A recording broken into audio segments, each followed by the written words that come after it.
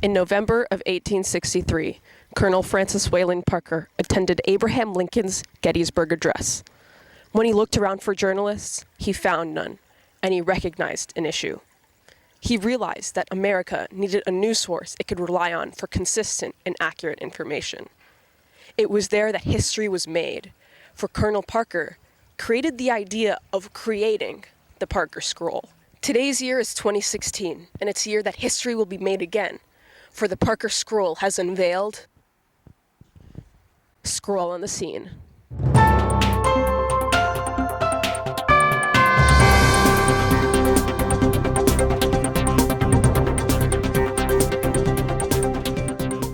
Today's topic is campus waste, and our first stop, the cafeteria. I'm here with Mr. Jose Santiago, the Director of Food Services on campus. Mr. Santiago, could you tell me what the Parker Food Services is doing to minimize food waste on campus? Sure. Food waste for us is very important, and we tend to compost a lot of our food scraps when we prep the food for you guys. At the same time, whatever food that we have in excess, we tend to donate it to the San Diego's rescue mission. So that kind of minimizes all the product or leftover product going into the landfills. What's the biggest challenge when dealing with the students here when it comes to food waste? Cross-contamination. We have 3 different bins where we tend to do, trash, recycle, and composting. Composting is very important, not necessarily, for us per se, but obviously for our environment. A lot of people don't really care too much. They just want to, throw it and go. But if they actually, take their time and help us out, we can do a lot more better job. We're doing a great job inside the kitchen, but we obviously need to improve outside the kitchen. After speaking with Mr. Santiago, it's clear that Parker is making a concerted effort to minimize food waste. But we need to go beneath the epidermis. We need to go into the flesh, the student body, to figure out if Parker really is doing what they say to go green. So how do you feel about compost? Do you use the compost bin at school? Sometimes. Sometimes. Why not all the time? Because I don't like the color of it. The color. So do you like throwing food trash into the trash can and not the compost? Right in the trash. Right in the trash? Nobody cares, right? It goes right in the trash. Nobody cares. Waste of time. Look, let's follow her.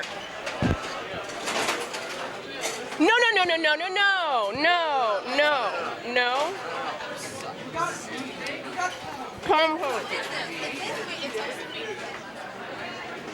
Wait, hold on.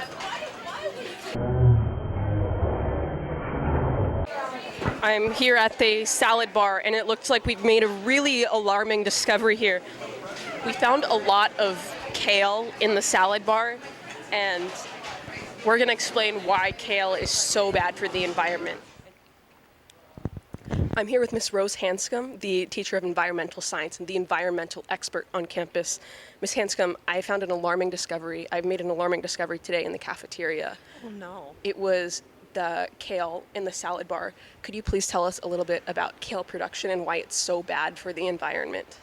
Oh, I didn't realize they had so much kale. Yes, kale results in the production of a lot of methane, and it's very damaging. It causes global warming. So do you recommend an all-meat diet to avoid I think this? that would be a good idea. I think all meat, definitely, including bacon every day. Bacon, okay. Is that the best one for the environment?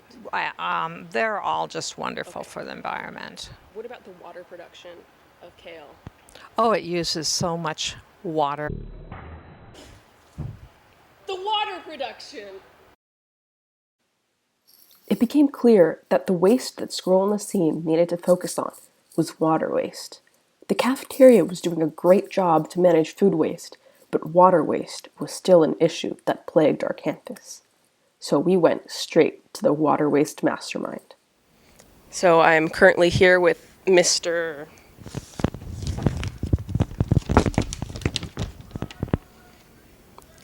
Jip Pierce in his science classroom. So Mr. Jip Pierce, what is it like being a water wasting mastermind who lacks all morals?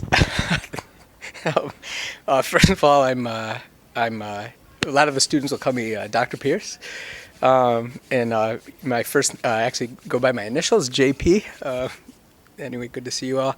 I really am not a water waster. My goal is to teach students. Yeah, so Dr. Pierce, I just have a couple of questions for you.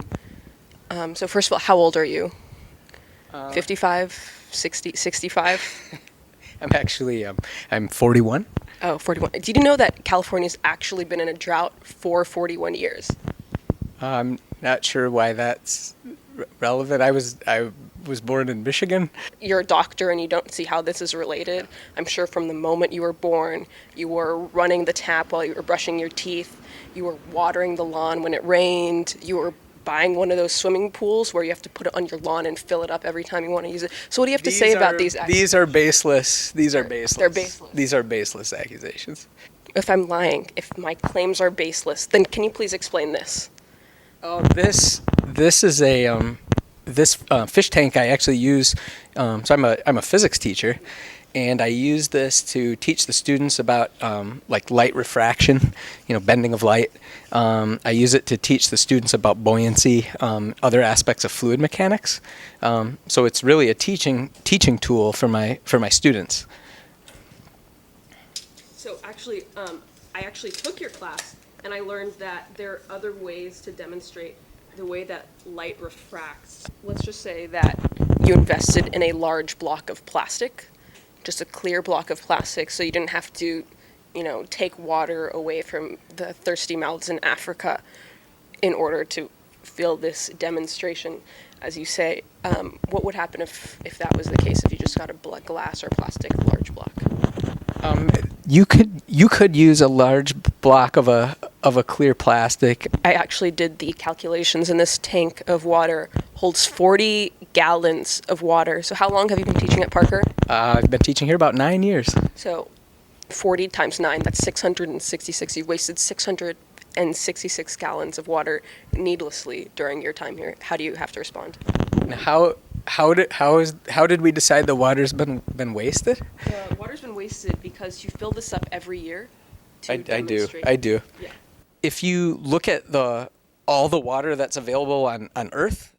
In a last-ditch attempt to defend himself, Mr. Jip produced a variety of falsified equations that aimed to justify his nefarious water-wasting actions. However, they were no match for Scroll on the Scene's tough investigative journalism. All that rain, all those 216 billion molecules, they rain down on some of these animals in the Mojave, like for instance the Yuma clapper rail, and it turns out the least Bell's vireo is another bird that is benefiting from my tank, along with our children. So my view is that by teaching the children with this fish tank, I'm helping them to see that it's all one world and providing water for our ecosystems. I use this water to teach the children. Those students could use what I teach them to learn to save more of this stuff. Did you know that children cannot survive without water? If they learn physics, that's great, but they die of thirst. So what do you I don't see how that's relevant. 666 gallons have been wasted in this time. So you're just wrong, and you need to admit that. Folks, I think that we've proved... I think we're done here. We're done here. We've just proved that Mr. Jip is the #1 water waster on campus. So Scroll on the Scene has got to the bottom of our first case, and stay tuned for next month's Scroll on the Scene, where